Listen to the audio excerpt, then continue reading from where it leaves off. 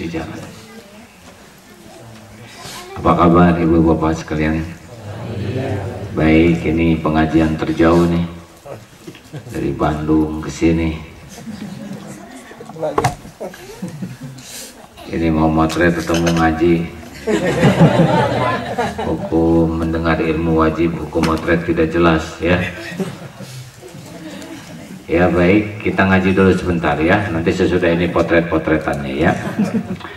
Jadi kalau Allah menghendaki sesuatu pasti terjadi. Dan kalau Allah menakdirkan sesuatu, maka jalan untuk terwujudnya takdir itu akan dibuat oleh Allah. Seperti sekarang. Saudara tidak merencanakan undang saya kan? Dan saya pun tidak ada rencana ke sini. Tapi Allah sudah pasti merencanakan ini. Sehingga takdirnya ada.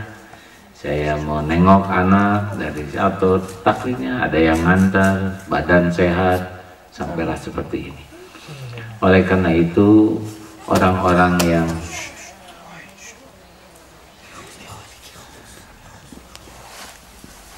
di Bremen begini ya, sudah nggak apa-apa, sama dengan di Cicahem ya. Allah, nggak apa-apa, sudah terjadi. Jadi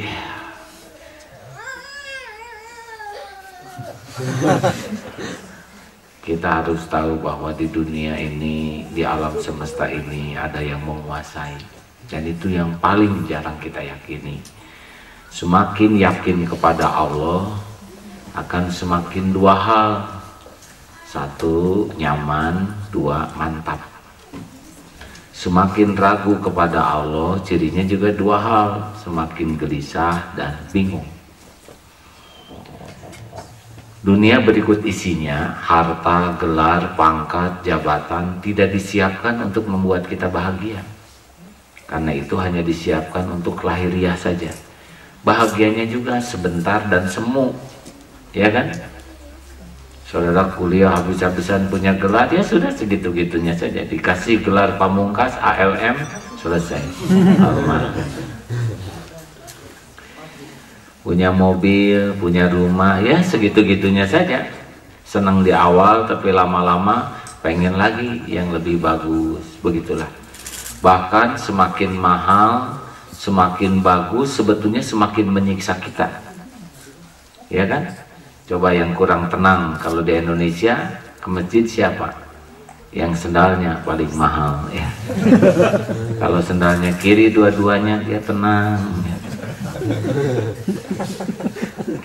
Yang paling tegang naik mobil, mobilnya yang paling bagus, takut tergores, takut dicuri spionnya. Jadi sebetulnya dunia ini sepertinya akan menyenangkan, tapi sebetulnya menggelisahkan.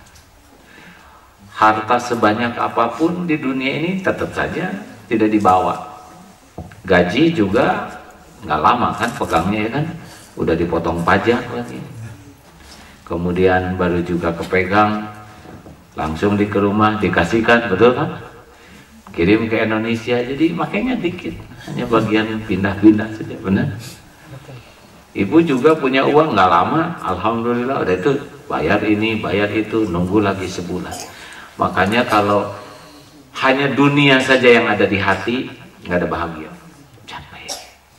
Memang keren. Di mana saudara? Di Jerman. Tapi aslinya sih nggak kaya. Aslinya sih sengsara. Tahu dari mana? Kelihatan auranya nih. Ya. Ini wajah-wajah derita tertahan. Banyak nggak ada tahu tek-tek. Nggak ada tahu tek-tek, yang ada tuh norok-tok saja. Baik ibu bapak, jadi apa sih yang paling mahal pemberian Allah? Dalilnya begini, ma yuridillahu bihi khairan yufaqihu fiddin. Barang siapa orang yang dikehendaki Allah kebaikan baginya. Nah, jadi kalau ini nih orang dikehendaki Allah kebaikan, apa cirinya? Dikayakan? Tidak. Karena kekayaan dibagikan. Orang zalim juga dikasih kekayaan. Dibuat cakep, enggak juga. Kita dengan orang-orang Jerman asli ada beda hidungnya ya, terima aja, ya tenang. Bukan milik kita hidung ini. Kamu hidung kutil, kutil, ya nggak mirip hidung, hidung gini-gini juga.